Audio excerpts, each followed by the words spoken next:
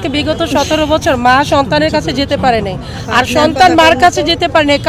কিসের জন্য? আমাদের প্রধানমন্ত্রী দেশনেত্রী বেগম খালেদা জিয়া, সে এতটাই জনপ্রিয় ছিল আর জনগণ তার কাছে এতটাই জনপ্রিয় ছিল, তিনি আমাদের ছেড়ে, তার একটা ছেলে মারা গেছে, দ্বিতীয় ছেলে আছে, সে তার কাছেও যায় নাকি। আপনি দেখেন আমাদের কত ভালোবাসে, কতটা আমাদের স্নেহ করে।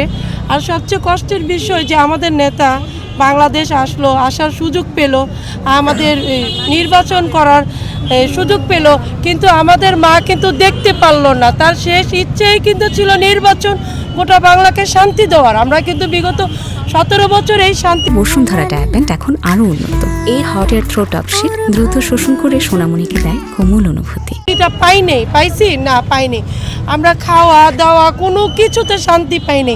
কারো কাছে বিচার নিয়ে গেলে কি করো, বিএমপি করো, বিএমপি করলে দূর দূর করে তাড়াই দিচ্ছে। কোনো বিচারের আমরা কোনো কিছুই পাইনি বললে। আমরা অনেক কিছু হারাইছি। আমরা রীতিকে কাছের থেকেও দেখেছি।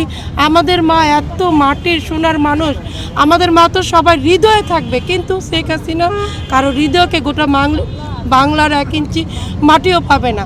আমার মার একটা ইচ্ছায় দেশনেত্রী বেগম খালেদা জিয়া যে বিএমপি পাশ করুক, বিএমপি আগে যাও, কিন্তু মা নেই তো কী ইচ্ছে, গোটা বাংলা তো রেখে গেছে। তাই সবার কাছে একটাই অনুরোধ, আমাদের দেশ নায়ক জনাব তারেক রহমান বিগত 17 বছর পর আসছে, তাকে সবাই সাপোর্ট করবেন যাতে আমাদের আগামী দেশটা ভবিষ্যৎ সুন্দর হয়।